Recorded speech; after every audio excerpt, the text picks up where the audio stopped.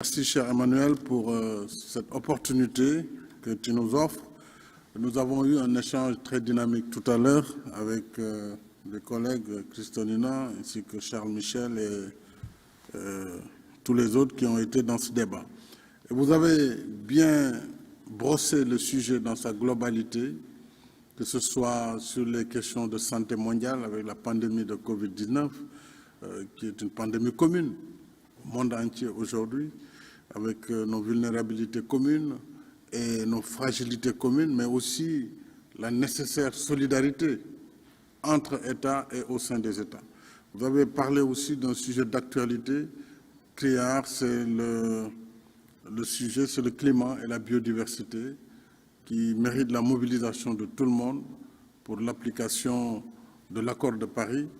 Et il y va de la survie de notre planète. C'est-à-dire que tout le monde doit prendre conscience que si nous n'agissons pas maintenant, eh bien, nous allons voir, en tout cas, notre planète, sinon disparaître, du moins nous révéler des manifestations que nous n'avons jamais connues jusqu'ici.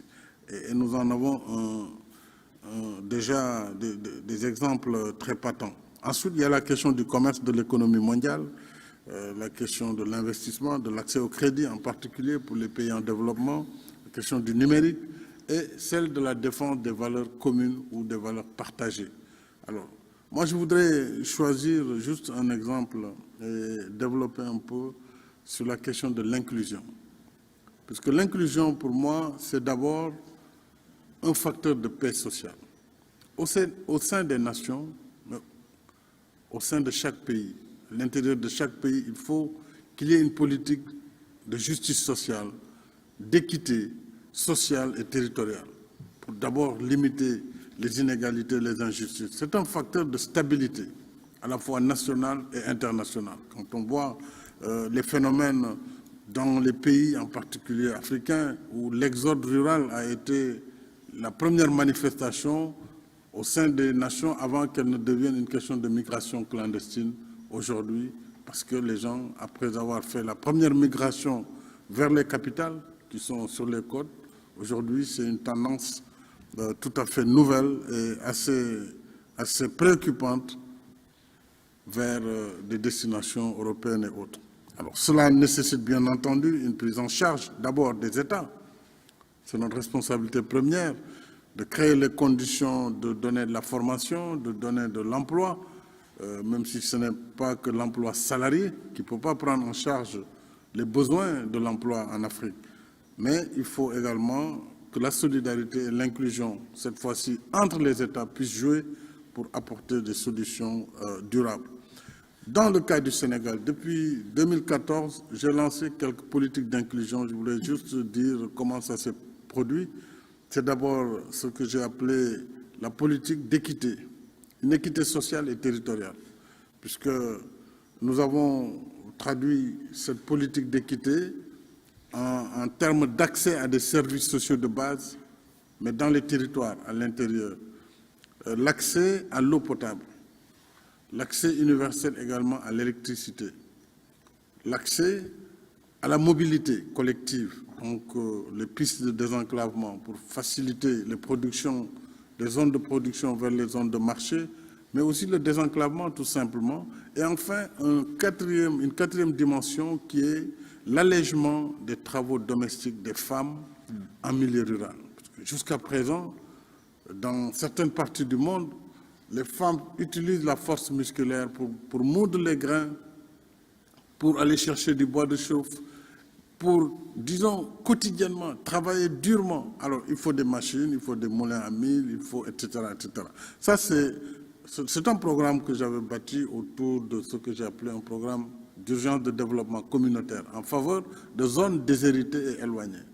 De la même façon, les zones frontalières qui sont les plus réceptives au terrorisme et au discours, puisque ce sont des territoires abandonnés en général, éloignés, qui n'ont accès ni à l'eau, ni à l'électricité, ni aux soins de santé.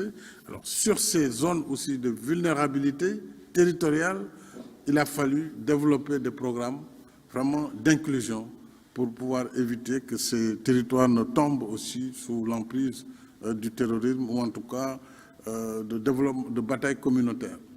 Il y a ce que j'ai appelé également la carte d'égalité des chances. Cette carte d'égalité des chances a été développée pour des personnes vivant avec des handicaps, que ce soit des handicaps moteurs, de motricité ou d'autres. Nous leur avons donné accès à la couverture maladie universelle, qui est un accès à des soins de santé pris en charge par l'État. Nous avons également donné des gratuités pour tous les enfants de moins de 5 ans sur les programmes élargis de vaccination, mais également toutes les personnes au-delà de 60 ans, puisqu'en Afrique, 60 ans, c'était un âge très avancé. Donc, ils ont accès également à certaines gratuités et la prise en charge gratuite des cancers féminins, puisque ça fait ravage aussi en Afrique. Et la prise en charge de la chimiothérapie, par exemple, aujourd'hui, pour les cancers féminins, est gratuite au Sénégal. Et l'idée, c'est de le rendre gratuit pour les autres types de cancers, quand on n'a pas un système de sécurité sociale très moderne. Alors, pour moi, l'inclusion, c'est tout cela, c'est aussi, surtout, le financement rapide des femmes et des jeunes pour l'entrepreneuriat. Et l'entrepreneuriat doit être un mot-clé dans ce que nous devons faire pour l'inclusion. Puisque les États ne peuvent pas donner suffisamment d'emplois, même les entreprises ne peuvent pas donner suffisamment d'emplois par rapport à la demande. Il faut que l'auto-emploi, que l'entrepreneuriat soit vraiment élevé à un niveau de culte pour que les mentalités changent et que, quel que soit le métier, qu'on puisse donner de la formation, de l'éducation, mais aussi les possibilités d'avoir accès à un crédit, surtout pour les femmes, mais aussi pour les jeunes. Alors, je n'en dirai pas plus parce que les femmes africaines en particulier méritent d'être citées un exemple par leur apport dans l'économie familiale, par leur apport dans l'économie nationale, même si ce n'est pas valorisé parce que c'est du travail informel en général. Et je plaide pour que dans les financements à venir, que l'accès au crédit pour les femmes et pour les jeunes puisse avoir une part prépondérante afin de vraiment lutter véritablement contre la pauvreté et contre les disparités.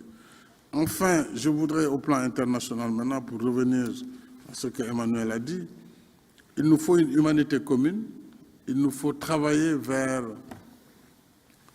des plateformes communes. Moi, je suis tout à fait confiant que nous pouvons partager des valeurs. Je ne suis pas dans du scepticisme.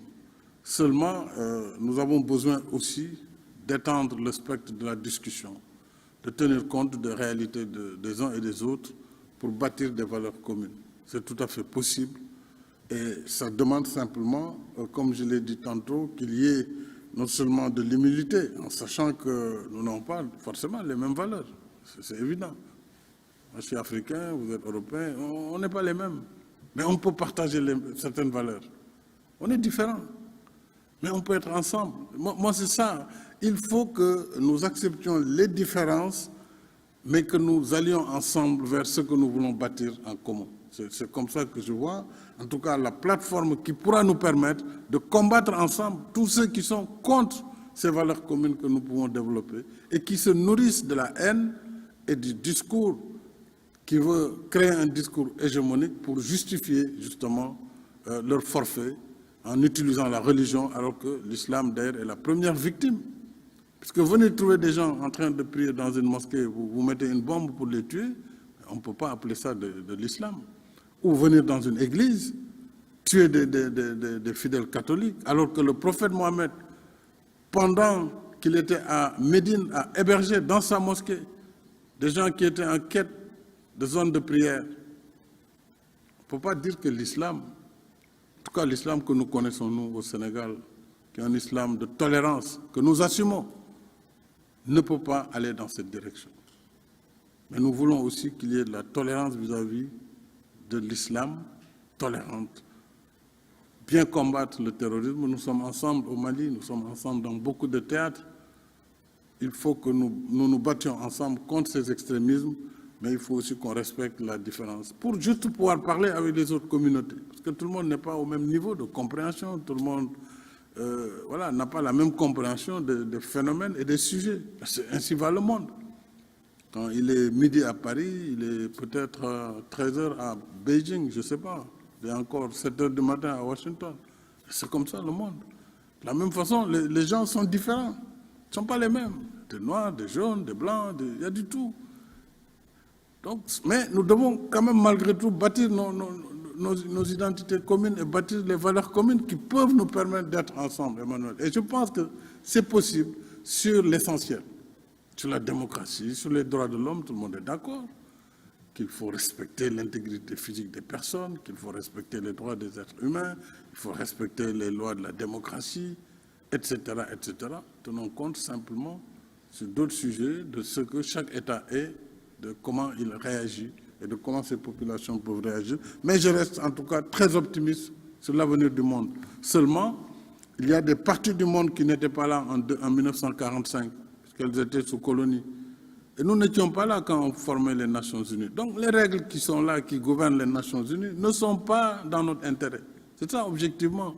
Toute l'Afrique, 54 États, aucun n'est membre du Conseil, membre permanent du Conseil de sécurité. Mais c'est une injustice. Aucun. Alors que l'essentiel de l'agenda, c'est l'Afrique. Les conflits en Afrique, les maladies, le terrorisme, on n'est pas présent. Bon, on fait des rotations, chacun 2 ans, etc. Ce n'est pas juste. Il faut que nous osions avec vous remettre en cause